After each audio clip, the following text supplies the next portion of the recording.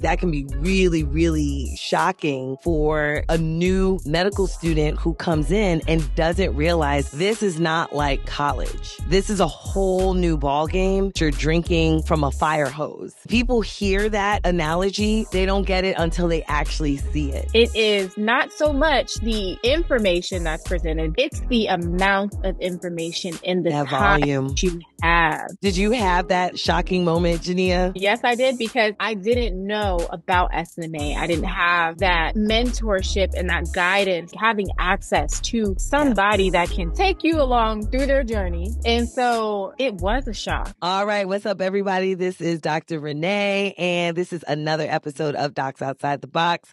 I have once again hijacked the podcast and have taken over for Dr. Nee. He is actually putting the kids to bed after we had a long day at an indoor water park. And I am my ashy self and doing this interview today with two very, very, very impressive young women from the Student National Medical Association. As you know, we've talked about on the podcast in the past that the Student National Medical Association, or SNMA, is an organization that's very near and dear to my heart. Just a little bit of history. SMA was started in 1964. And since then has essentially flourished as one of the biggest minority organizations dedicated to helping medical students get into medical school and getting medical students through medical school as well. So one of the things that, maybe I've mentioned on the show before is that I actually was a board member, a national board member of the SNMA.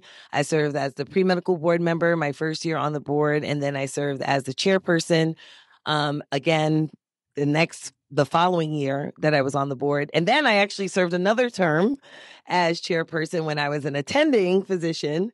That's another story for another day. But I am diehard SNMA.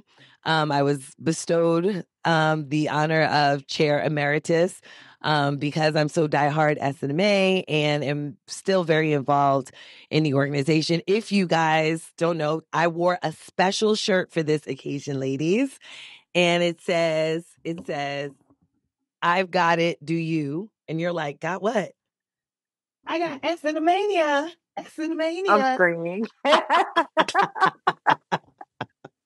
SNMania. Yes. So this is a shirt that was made, I think, I was off the board by then. I think I was serving as the strategic planning committee person, whatever. And there were a bunch of us who were still diehard SNMA, many of whom are now emeriti. We weren't emeriti back then, but we had this shirt made because we were just so diehard SNMA even after we had graduated.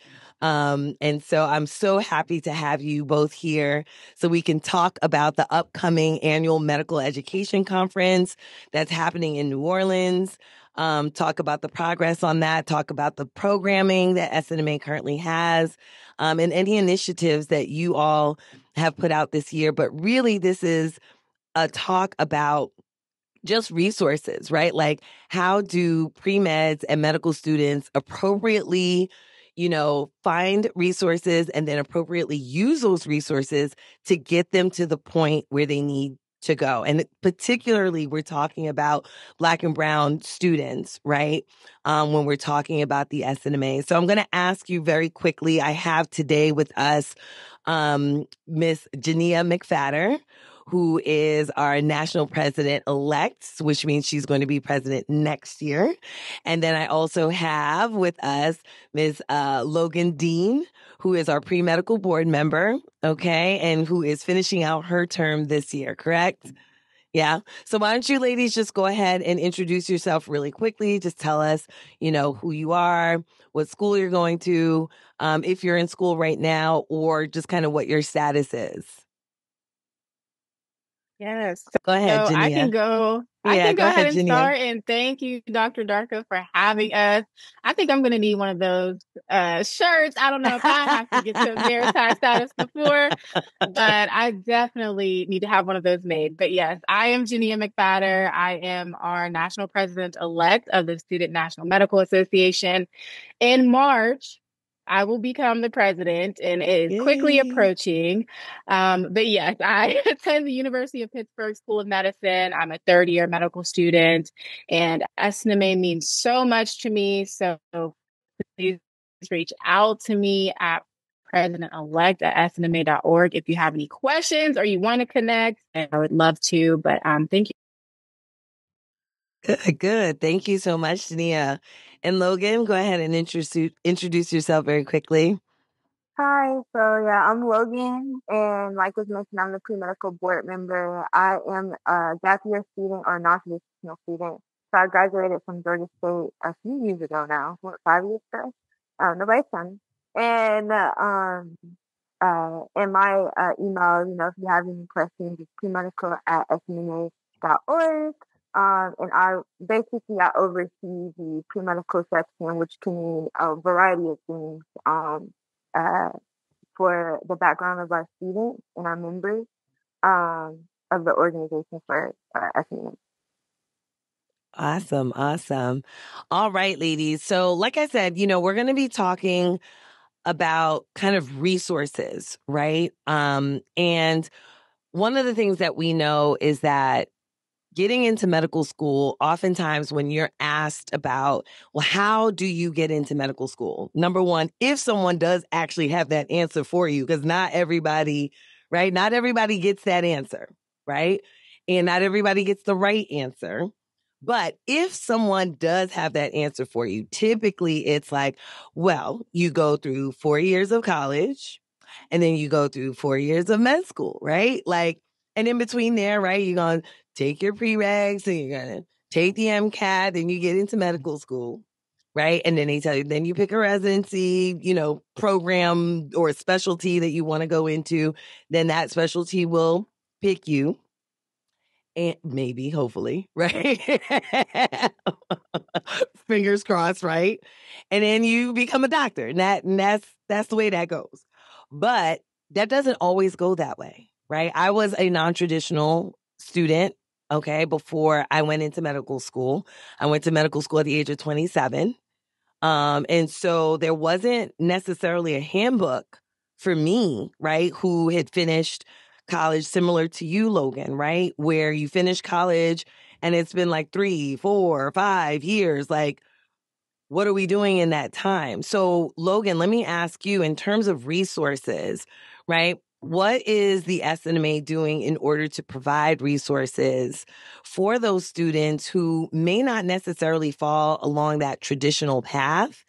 Because we know that there isn't a handbook. There isn't a way for students to just figure out, well, this is what I'm supposed to be doing with this time that I'm non-traditional. Yeah, so the SNMA has a wealth of resources, and specifically with our gap year post-bac members, we have a post-bac initiative that was started by one of our pre-medical board members, Miracle Rogers, in the past. And so with that initiative, it's really grown because the number of gap year students have grown. And so with that initiative, we have, it works very similar to MAP practice, because most of our students are not associated with an institution anymore. So we have bi-monthly meetings. So we have a meeting every first and third Wednesday of each month where we'll tackle a variety of different issues that are specific to our gap year students. So what do I do during the gap years? If I'm trying, if I am independent and I'm responsible for my bills, there is nobody else. So what are y'all doing for jobs? Right. Just to share our experiences. And also we have, because again, our pre-medical section is such a wide variety of backgrounds. We have people that are currently parents and trying to figure out how to navigate being a parent and getting into medical school. We have people who are caregivers of family members who may not be their child. It might be a grandparent that they're caring for. And so being in community with people who are having similar experience, and we're all having the same end goal of getting into medical school and then becoming a physician, I think has really built a community around these students who are, or members who are no longer associated with the institution, where you can find a little bit more, or the resources are more in your face. Right. And so I think that we're doing a good job with our programming, like the post-bac initiative. And then on top of that, we have a lot of scholarships that funnel through our organization, not only at the national level, but at the regional levels as well. And so, for example, can I name drop sponsors on here? You can name drop whoever you want. This is our podcast right here. You know what I'm saying? Wait, Shoot, that's okay. Maybe they sponsor the show. Okay. Um, but like we have a scholarship through Blueprint where we can give out those scholarships for students where you don't have to come out $1,000, $2,000 to pay for MCAT prep courses. And so I think SMA is doing a good job as far as filling in that gap for our gap year students or members. Yeah. Yeah. I mean, I just remember being a non-traditional pre-med and trying to figure out like where I was going to be able to just find community, find, resources. Luckily for me, I did end up in a chapter. So for those of you who may not know how SNMA is set up, so SNMA has chapters. And so let's start with the medical school chapters, right? So each medical school potentially might have a chapter of medical students, but there's also a pre-med arm where you have colleges around the country that also have chapters. But if you are someone like Logan, who you may not necessarily be in school at this particular point in time, but you are still considered a pre-med because your path is leading you to medical school and then eventually to medicine, then what do you do if you're not in a chapter? And I'll tell you, before technology was what it is right now, me as a pre-medical board member, that was one of the things that I struggled with, was trying to figure out, well, what do we do with these students, who are out there? And we knew that they were out there, but the technology just wasn't there to be able to capture them. So I'm so glad that now SNMA has really taken a lot of its own initiative to create this initiative. And I remember when Miracle Rogers was doing this initiative, because this was something that she ran past me and I was like, this is awesome. Right. And I'm glad that it continues through. So it's really something that I hope continues on and on and on, because it really is needed, because there are so many students out there who do need that help. So thank you for sharing that. And as far as medical students are concerned, for the most part, if you're at a school where you have an SNMA chapter, typically, I think you have access to a lot of resources.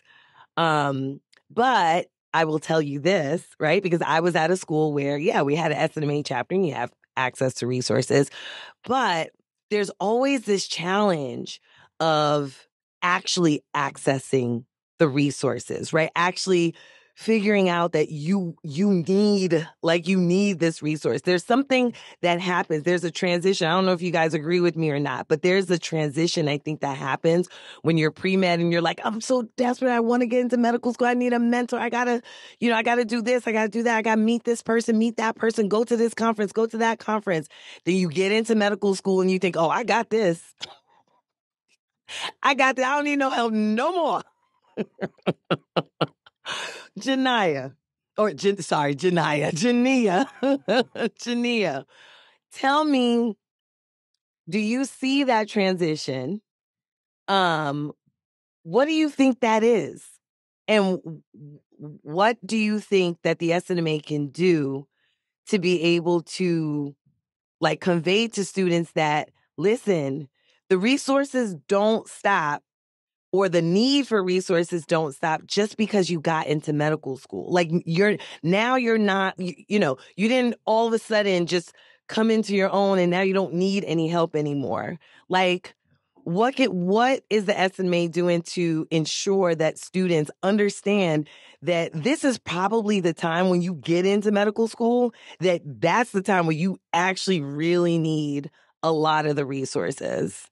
Thank you, Dr. Darko, for asking the question. I myself was a non-traditional student, so I did a master's after undergrad, coached basketball for a year, did a post-bac program, all before going to medical school. So I didn't know about SNMA before medical school. So I'm somebody that's coming from the experience and background of like knowing the importance of having SNMA from the beginning of your journey. So when I got to medical school, I joined my local chapter at the University of Pittsburgh School of Medicine. And when I tell you that there's like an unspoken word and an unspoken like language when you get here to this, to this point of all that you need to do. And nobody tells you it if you don't know where to look. And if you don't have the right people in your corner. And so SNMA, that's our entire mission. So, I have to, as national president-elect, say our mission. Student National Medical Association is committed to supporting current and future underrepresented minority medical students, addressing the needs of underserved communities, and increasing the number of clinically excellent, culturally competent, and socially conscious physicians. And the reason that I state that mission, and that we state the mission before every meeting, as you probably remember, Dr. Darko and Logan as well, but it's because we really hold true to that mission. It's our reminder to continue those efforts because it's so needed. Right. So these resources and, things that you don't know about, you get to medical school and you have to learn everything all over again. And so to match, we need to know what we need to do as medical students to 1, be prepared in our studies. Yes. 2, be great candidates. 3, carry out our personal missions and what, we bring to medicine as individuals and go from there. So that's why I think, SNMA and its resources are so vital to continuing your success, because you're successful being in college, you're successful graduating, you're successful applying to medical school, even if you don't get in, because guess what? There's people who just gave up. Right. And you're successful when you do get in and you apply, and you have to continue to be successful as a medical student and on, I'm sure, as you know, Dr. Darko, when you're a practicing physician as well. So, oh yeah, absolutely. I mean, it doesn't stop, right? It just, the resources, right? The need for resources actually never stops, and that is, I think, one of the really grave mistakes that people make, right? Some people start making that mistake as their pre-med students, right? And I can tell you, I was guilty of that, even as a pre-med student, which is probably why I ended up as a non-traditional student, right? That was at least my story why I ended up as a non-traditional student, because I didn't realize that, you need resources. You have to actually talk with people. You actually have to look things up. You don't know everything. Everything doesn't just, everything is not intuitive necessarily. Right. And so when I finally learned that lesson, it was a hard lesson, but I did finally learn that lesson. But I'll tell you, it was one lesson that I didn't forget, because when I went into medical school, I made sure that I continued on. But I had classmates who, unfortunately, didn't necessarily learn that lesson, and didn't learn that lesson the hard way, through a dismissal, and through just other challenges that they may have been able to actually kind of avoid had they understood that, listen, these resources are here. Like, resources aren't necessarily, they're not for the weak. Let's just put it like that, right? Because we know that, listen, I got my phone right here, and I will tell you, on this phone, sometimes I get the emergency, help me, I'm not doing so well. And it's like, yeah, but you knew that 6 months ago, right?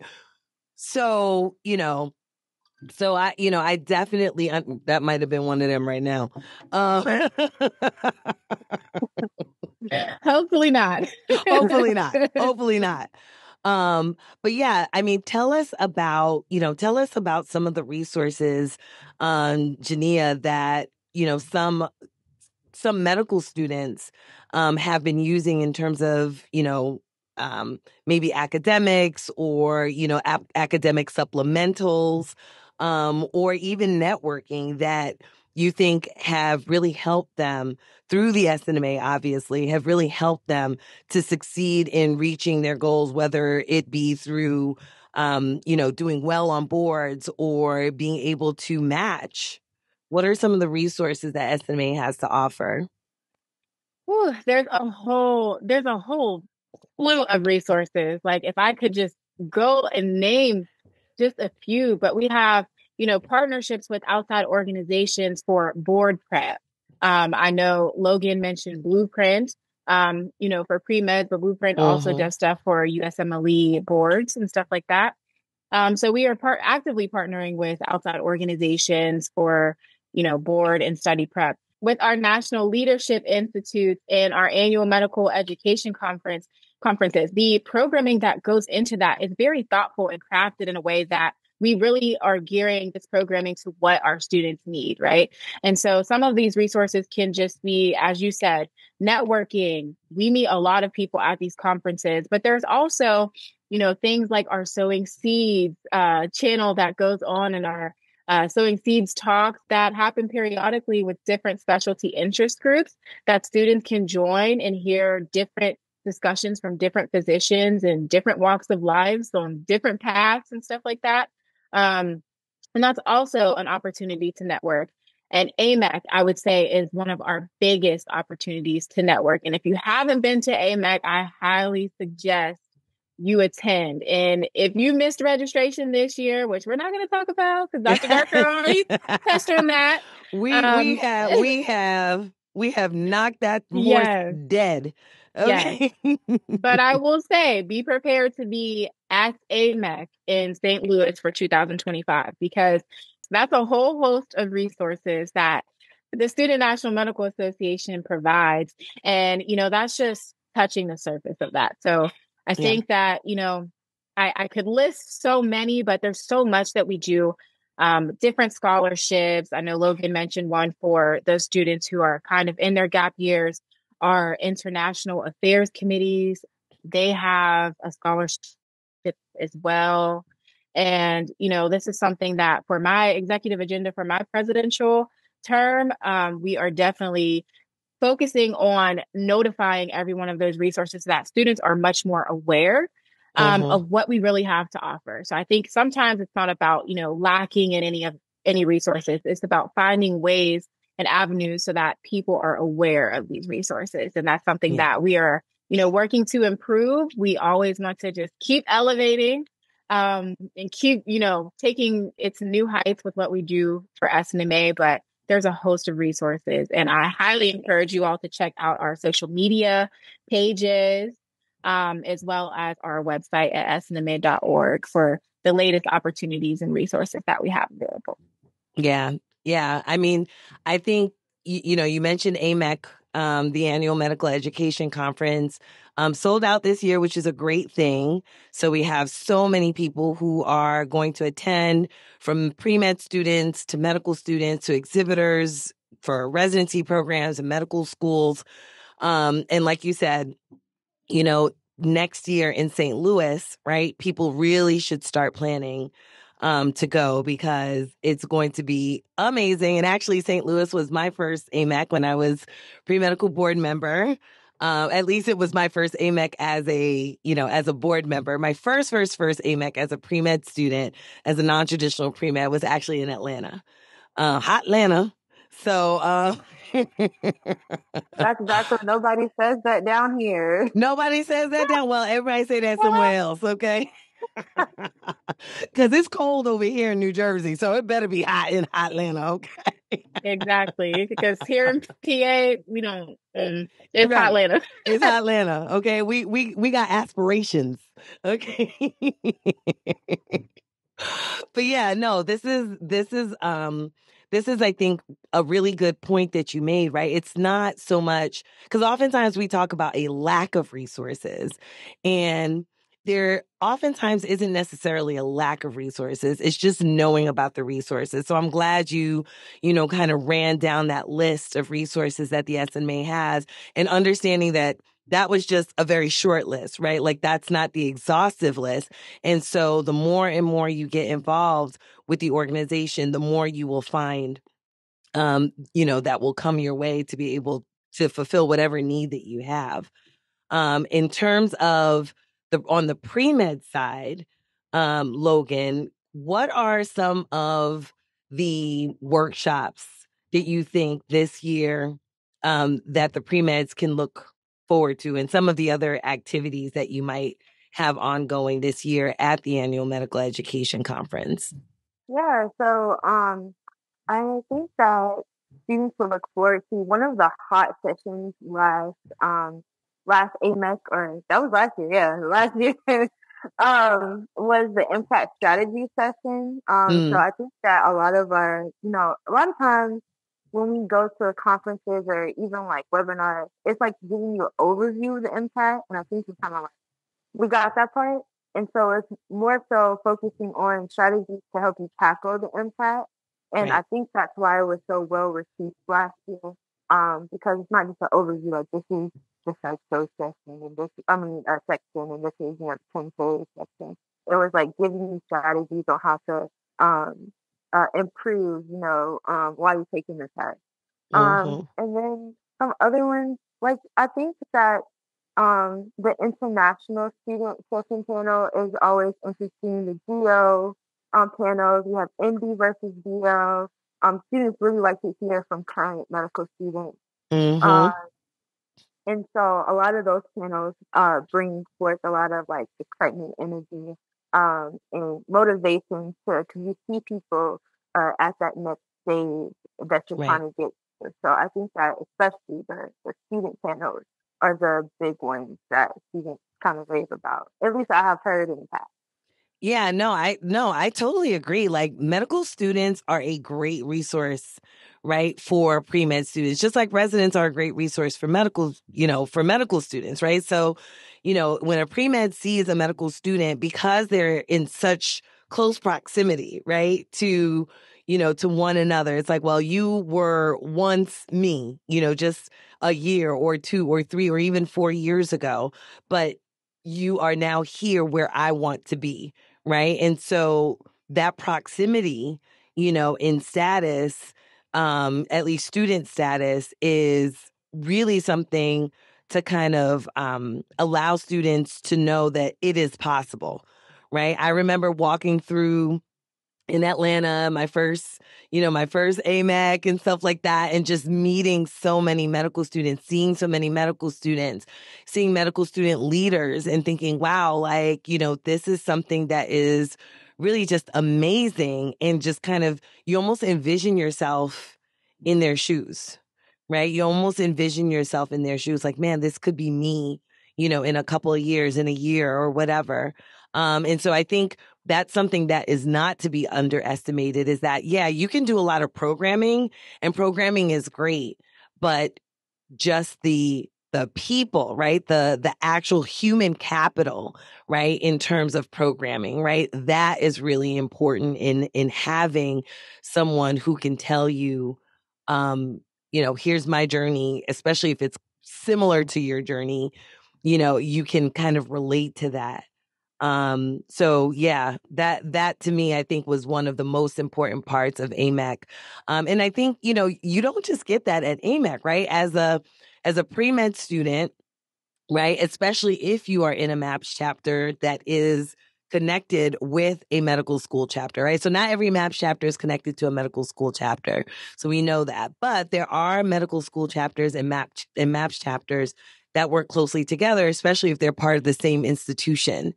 Right. And so, Logan, if you could just tell us, just quickly how that works so people understand, especially if we have pre-meds out there who are affiliated with an institution but don't realize that they have a MAPS chapter, and that MAPS chapter especially might be, connected or in some way affiliated with an SNMA chapter. If you can just tell us how that works.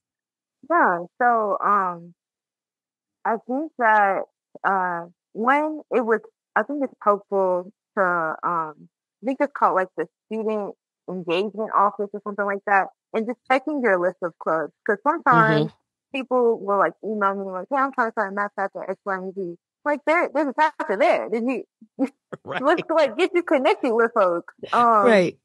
And so I think one, just like double checking your university's like resources to make sure that you're not trying to reinvent the wheel. And then getting involved with your math chapter, whether that be as a general member or an e-board member for that chapter. And the way that the math chapters are connected with the SMA chapters. It kind of varies, but for the most part, your regional leaders will try to get you in contact with a SMA chapter that is either like near your school or like in that same area, because they like for them to be in close proximity. But it's kind of up to the students at the math chapter and the students at the SMA chapter to keep that bond or build it. So, for example, I know I can give that when I was at Georgia State, 2018. So we had a great relationship with Morehouse, to the point where the SMA chapter there had invited us to do what we call sit-ins. And so we would sit in, they would have, I think, a group of 5, somewhere than 5 MAP chapter students from Georgia State that would sit in the lecture with one of the medical students. So we got to see like actual medical school lecture, and it was, first of all, not what I was expecting at all. It was so long, so many slides, but yeah, this ain't college. Yeah, I was like, bro, what number 5 is she on? Number 62, and exactly. and we only 5 minutes in. Yes, I was like, oh my god. So I think that is very helpful though, like seeing that, because you can talk about the experience, but being able to like really immerse yourself, because every medical school, I don't know how this is gonna sound, but every medical school, when you have like an open house or whatever, they are putting on their best suit, their best front that they can, and so you're not really seeing the true environment versus like when we were going to that medical school lecture, and we are seeing that you're going through 100 slides. Right. And we're like, wait a second, nobody taught us this part. So, just continuing to build that relationship, because the regional leadership does very well in trying to connect people, but keeping the relationship is really on the chapters, and the SMA chapter and the MAP chapter. Yeah. No, I mean, you're right? Because at this AMAC, right, there's going to be 60 some odd medical schools there. And, you're right? Everybody's going to be like, yes, this is our program. This is kind of what we do. And they give you the big overview. But there is something about the backstage pass, right? That if you don't have that backstage pass with a medical student who's like, let me take you behind the curtain so you can really see what Drake is wearing underneath his shorts, right?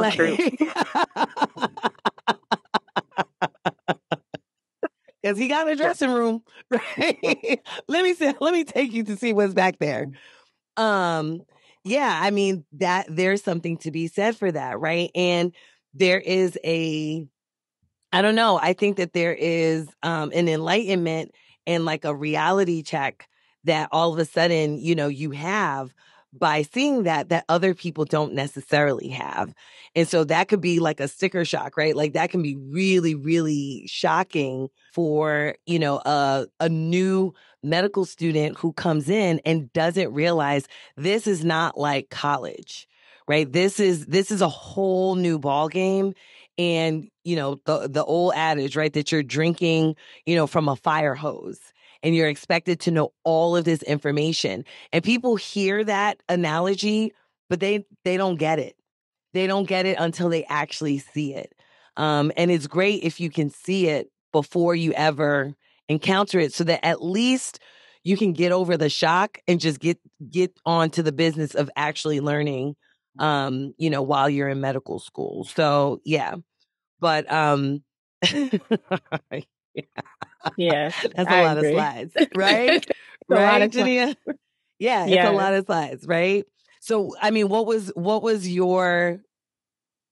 Did you have that shocking moment, Ja'nia, when you? Yes. Mm-hmm.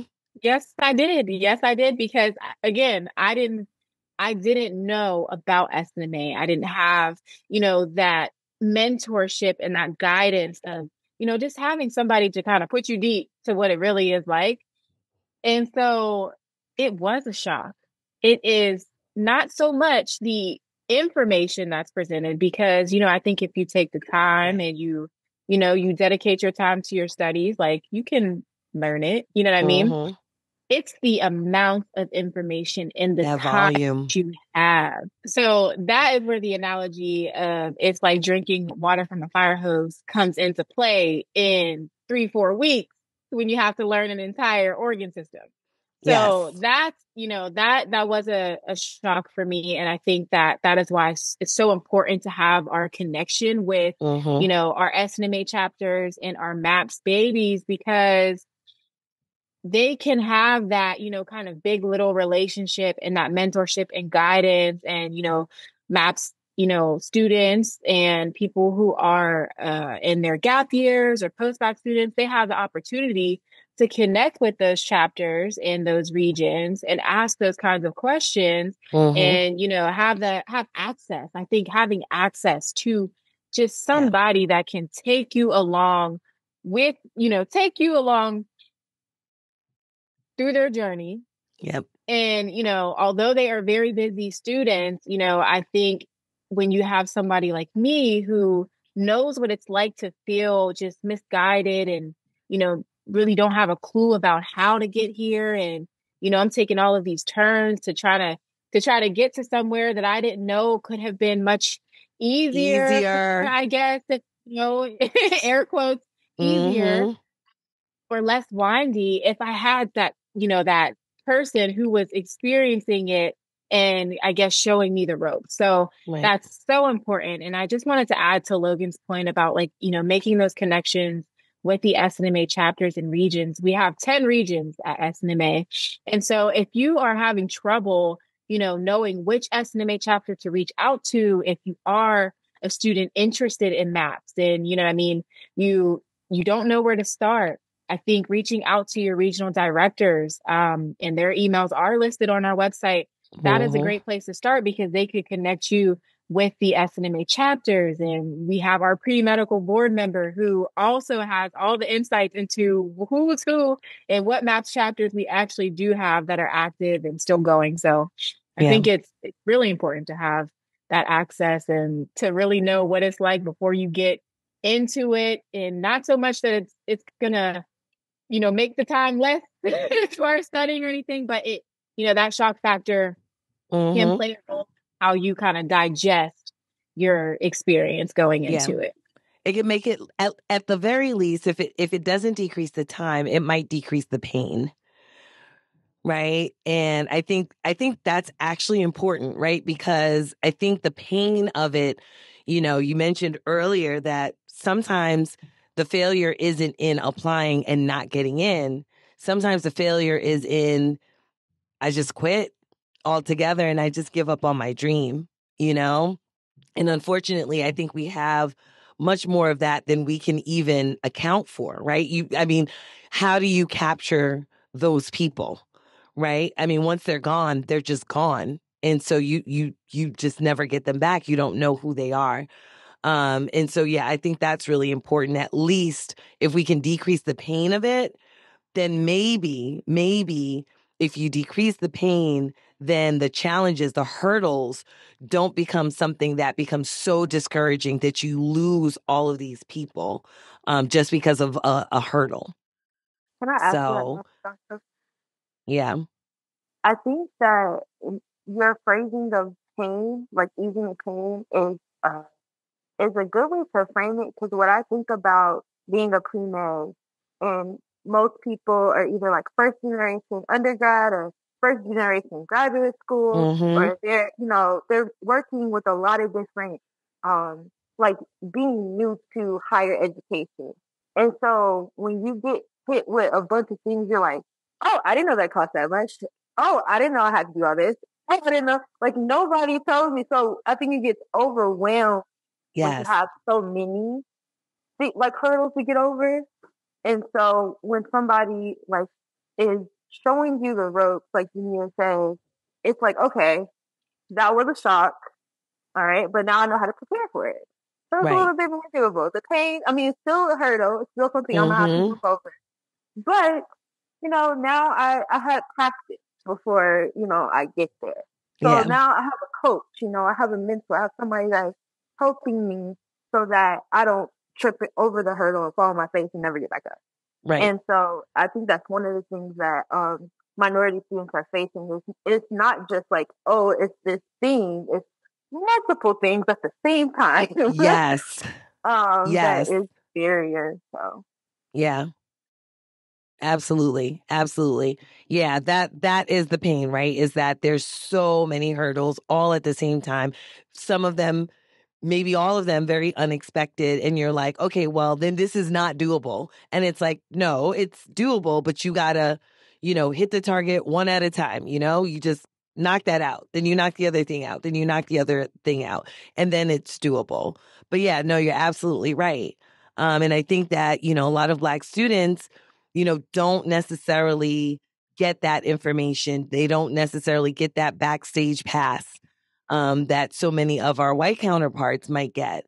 And so, again, like you said, it could be just very shocking and discouraging. So, and I know that there are going to be quite a number of physicians who are at AMEC. I will be one of them. My husband will be another. There are going to be quite a number of physicians there.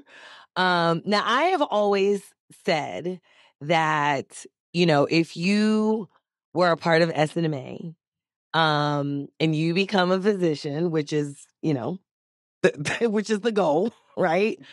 Then you should get back to SNMA. Point blank, period, end of story. Like, you should give back to SNMA. And there are quite a number of ways to give back. We know this, right? Give your time, give your energy, give your effort. But we need people to give their money. Right? We need people to give their money. And so we said this on another episode. My husband and I, we've pledged $10,000 for this year because it is the 60th anniversary of the SNMA. So we will be giving $10,000 to the SNMA. I think my husband's going to make me work a few extra shifts for that one. Yeah, I think I'm playing. It's so appreciated. But yeah, I mean, tell us what have been. Actually, I'm going to start with this because I know, as someone who is a former board member, someone who still is very involved within the SNMA. Tell me what you guys think.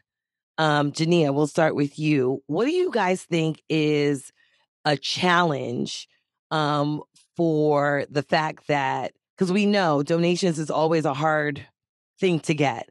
What do you think is the challenge that SNMA has with getting donations from so many alum that have, essentially used the SNMA's resources? And y'all know y'all have out there because you put it on your resume, on your little application. You put it on your little application for residency that you were the SNMA this, that, and the other. And you were, hoping that was going to be something that somebody caught on to and that they were going to be like, wow, you're a leader, you're this, you're that. But the question is, did you donate? Did you give back? So what do you think? I'm calling our audience out. So what do you think is the challenge that SNMA has with getting donations from some of our esteemed alum? Yes, I would say, and thank you for pointing that out. And first, as us two are board members and we are, ready for our 60th anniversary annual. And I'm going to come after y'all conference. In a couple of years. Yes. So I'm going to look for y'all donations too. So, okay. Right. This is the pre-call out. Exactly. So this is the pre-call out. And we, as Dr. Darko mentioned, you are giving to our cause for $600 for the 60th campaign. And we so much appreciate it from, speaking for our entire board of directors, our HQ staff, and our organization at large. We truly appreciate your commitment to the organization and your financial commitment as well, because it definitely goes a long way. And it won't go unnoticed. So we appreciate you for that first and foremost. And so one of the challenges, to answer your question, I think, is just keeping the relationship with our alum and making sure that we can actually get in touch with, people who have gone through SNMA. I think once people leave SNMA and they match into residency, they're moving away. They don't have access to their old emails. And then they go on and they find jobs after they are in residency, and they might move again and have different emails. And so you kind of lose connection. So I think that our alumni database is something that is growing and improving over the years. And I think that's probably one of the challenges, is just like losing that contact with the SNMA. But that's on the SNMA's end. So I think as physicians, when you are in that stage, I think it's important to keep SNMA in mind that, hey, I haven't really, been involved with SNMA. I did SNMA and I know I have a lot going on as a busy physician, and we can only imagine, because I know it doesn't get easier. You get busier, most likely. And I just think if you keep SNMA in mind and you remember, hey, I haven't heard from them in a while, or I don't, I lost touch. Let me do the honor of like reaching out to SNMA because they have given me so much. So I think, losing that connection and losing touch, those are probably a couple of the challenges. Yeah. Yeah. What about you, Logan? What do you think? What do you find to be one of the challenges with alums kind of keeping in touch, donating to the SNMA? Yeah, I'm not saying this is for sure, but I'm wondering if it also, like, for example, like you said, when folks lose touch, they're not really seeing how we're filling in the gaps for Black pre-medical and medical students. And so I'm wondering if our success with our programming and our scholarships and our benefits are reaching them, because I can say for sure that as a board member, I have put some money into SNMA, okay? And so I know that from the student side, there is a lot that goes into it. And so I'm wondering, like, as you're no longer a student, and like Ja'nia said, you kind of lose touch. It's like, in the back of your mind, the SMA is doing the work, but maybe it's because you're not seeing the how we're filling in the gap, that it's kind of like a distant thought, instead of being the forefront of your mind. Yeah. Yeah. I mean, I think everything that you all said is true, right? I think there's something to be said with kind of what we talked about before. The fact that there are resources, but not everybody knows about it, right? And then there's also the factor of, well, now that you've moved on to residency and you've kind of gone through, all the things and you've gotten everything that you needed, you're like, okay, well, I got this, I can do this on my own now, right? So then there's that factor of, I don't need this anymore, and then there's the whole, okay, now I'm just busy. I'm part of other organizations. Maybe I'm part of my specialty organization. Maybe I'm going on to, just move my career to the next level. And so that there's this lack of remembrance, if you will, of what it took for you to get there. And really, really forgetting like all of the things that you put as extremely important at one point in time. And now that you've gotten to where you needed to get to, you're kind of like, all right, clean slate. Let's just move on to the next level. And so, yeah, I think some of that, at least on the physician side, I think it does look like that. And certainly on the SNMA side, that there are challenges in terms of, well, how do you capture those emails? How do you capture even phone numbers, right? Like just keeping those phone numbers. And I think nowadays phone numbers are probably more valuable than emails, I would say, because most people will keep a cell phone for like years. I know I've had my cell phone number since I was in med school. And so, there's that, right? Keeping the database fresh, and really warm, and reaching out to people and asking for those donations, right? Like that's one of the main reasons that many alums, not just SNMA, but alums in general, when they do like surveys and things like that, why haven't you given back to your alma mater, for example? And many times the answer is, well, nobody asked me, And so there is this thing of, well, if you ask, you just might receive. So we are asking. You like the way I segued into that, right? I love it. That was good. That was right, good. That was right. good. Okay. I am asking every single SNMA alum out there. I am asking, right, for you to donate to the SNMA. We are asking a very specific amount, and I'm going to ask Ja'nia to kind of go over again because you mentioned really quickly the $600 for the 60th campaign. So we are asking for $600. $600. Y'all got $600. Stop playing. Okay. Our audience know they got $600. You spent $600 last week. Okay. I know you did. We're asking for you to spend $600 this week and give it to the SNMA. So I'm going to allow Ja'nia to give us her spiel on the $600 for the 60th campaign, and just tell us, a little bit about that. Yeah, so thank you, Dr. Darko. We are asking, as the Student National Medical Association, that you heavily consider donating to our cause, which is $600 for the 60th campaign. You can definitely take the time to donate. And if you need any more information, please reach out to our headquarters staff or our chair at SNMA. But our $600 for the 60th campaign is that we are asking for the minimum to be $600 for your donation, or more if you are so available to do that and have it on your heart. But all of this is going towards our mission. It will be going towards programming efforts, things to keep our organization sustained, our headquarters building. So everything SNMA, this is what the $600 for the 60th campaign is going towards. And it's not just up until our 60th anniversary AMEC. It is going to at the end of that 60th in perpetuity. Yes. So we will be collecting donations and continuing to ask for donations after AMEC. Our goal was to have the 600,000 before AMEC. So let's do it. Yes, let's do it. Let's push for it. And honestly, I think it's a great cause, and I know it's a great cause because I'm somebody who benefits from any donation as a student of the Student National Medical Association and a minority and underrepresented student in medicine. So we are asking you to donate towards our cause.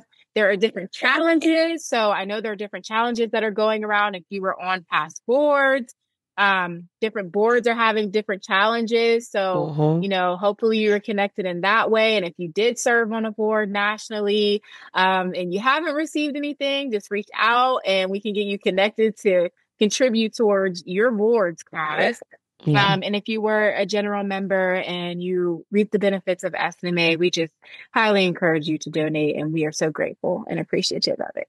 Yeah, absolutely. Absolutely. So all of y'all heard it, right? Like, so if you put SNMA anywhere on your application for residency, you need to give up $600.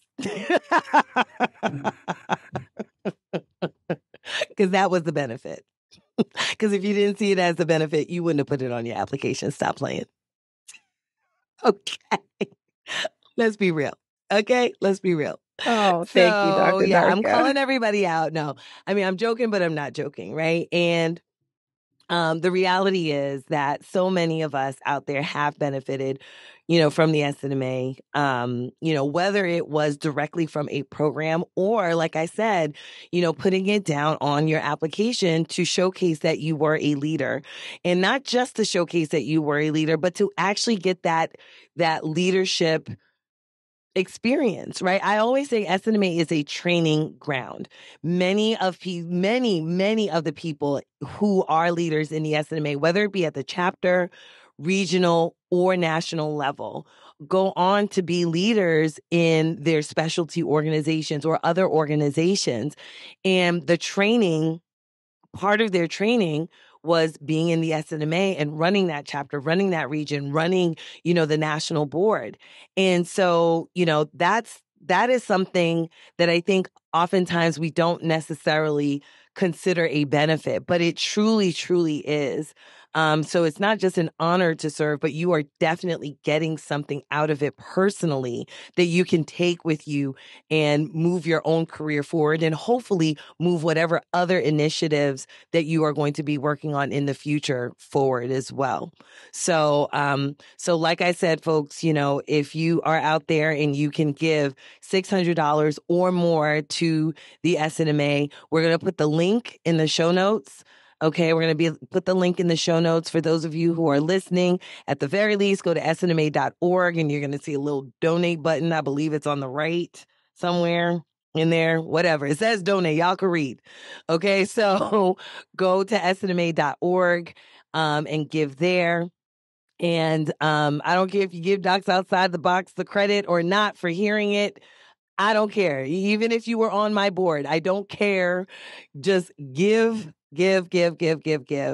And so that way we can continue on with the programming that SNMA has. As you heard, these two young ladies, they outlined for us, there's so many programs that the students now can benefit from that maybe, weren't even in existence. Like we talked about with the post-bac initiative, they weren't even in existence when I was in school. But your donation can keep that program alive as well as just expand it beyond, our wildest dreams. So I really hope that you will heed this plea for donation. Now, before we go, Logan, what was the highlight you think of your administration? Because you're outgoing while Ja'nia is actually incoming. So I'm going to ask her a little bit of a different question. But what do you think the highlight of your year was as outgoing pre-medical board member? I would say the highlight of my year, I'm going to branch off of your mention of SNMA being a training ground, because it's definitely like the Army. I would say that I learned a lot about like how business is conducted that I thought I knew, because this is not my first like nonprofit that I've been a leader or part of. But like I don't think I've ever been so involved in like the process of moving them and having it in our policy and procedures and manual and editing it, like all of the things that you would need to honestly be a good business leader and just a good like leader period. I don't think I've ever had that experience before. So having that true leadership training of being able to manage a room of 40 people, and bringing up your ideas and being able to have that like back and forth, but still, love each other at the end of the day. And then seeing, something come to fruition. So like we had an amendment where to our policy and procedure manual where gap year students are recognized in the CPN. And that was something that I brought to the floor, and we did a lot of discussion about it. But after it was all said and done, I was like, that was a lot of labor, but that was kind of cool. I mean, to see it like go from start to finish. Right. So I think that for me, the highlight is like, of course, I will always say it's the community and the bonding, but also something that I would say that I don't think I've ever experienced before is like that true business, like leadership training that you get on being from the board. So. Yeah. I think that was definitely it for me. The year that I became pre-medical board member was like, wow, okay, this is how a business is run. And at the time I was in medical school, but I was also in business school at the same time. I was a dual degree student. So it really just kind of helped to solidify a lot of the things that I was learning. And I was like, okay, this is now like coming together. So yeah, so that's a good thing. And for you, Ja'nia, I'm going to ask you in terms of now you are planning your year. So I don't know. I mean, so I know that at the SNMA conference, you're going to be revealing, it's going to be the big reveal of what is your presidential agenda. I don't know if you can give us a little sneak peek as to what is to come for next year so that we can, celebrate you in St. Louis once you are outgoing. So save the date for our annual medical education conference in 2025, and it will be hosted in St. Louis, and that's going to be April 15th through April 20th, 2025. And so we're so looking forward to that. But at our AMEC 2024, our 60th anniversary AMEC, I will be presenting my executive agenda, for which I have presented already to the past presidents and to our board of directors and guests at our January National Leadership Institute. And the title of my agenda, or the theme of my agenda, is Soaring to New Heights, Purpose, Passion, and Perseverance. And so in my executive agenda, you will see, new ideas, but you also see that I really hold true to the foundation of the organization and things that have been working for us and improving those and keeping things the same, and also some new ideas to kind of help take the SNMA to new heights. And so that's a little preview of of my executive agenda. And I'm still just crafting out the little details and the edits and suggestions that were made to me from our great members, because, this is something that I really want to, help in as we go into the next 60 years of the organization and our annual medical education conference. I really want, our organization to be taken to new heights. So I look forward to it. This has been an exciting year as national president-elect. Becoming president is quickly approaching. Our current president, I have to shout her out, Veronica Mize, soon to be Dr. Veronica Mize. But she has been a great mentor and a great leader. And I have learned so much from her and many of the past presidents that I have had the opportunity of working with and talking to, and kind of, being a soundboard to help guide me through this transition as I become president of the National Medical Association. So I'm truly grateful for the opportunity, and I look forward to, serving this organization that has given me so much. So. Awesome. And we are looking forward to seeing everything that you have to offer in terms of your executive agenda. We're looking forward to next year, 2024. But for this year, we are going to be Easter weekend, right? So every year the SNMA is Easter weekend. So if Easter is in March, it's in March. If Easter is in April, then it's in April. So for those of you who are like, I want to go to the AMAC, I want to go to the annual medical education conference, but I don't know how to plan for it. At the very least, plan that Wednesday, Thursday, Friday, Saturday. You can leave on Sunday, on Easter weekend. Okay. So that's every single year. But thank you so much, ladies. This has been so much fun talking to you all. And for those of you who are out there listening and watching, remember, go to snma.org to donate and to just see many of the programs that these ladies have outlined here for us. You can also follow them on social, SNMA_official on Instagram. Is there any other place that you guys do? I follow you guys on Instagram, so that's the one that I know the most. Is there any place else? Are you guys big on Twitter? We're not big on Twitter, but we do have a TikTok now that was approved. We do have a TikTok, and we have our Facebook page for SNMA as well. So those are our socials, and we are very active on our Instagram, especially.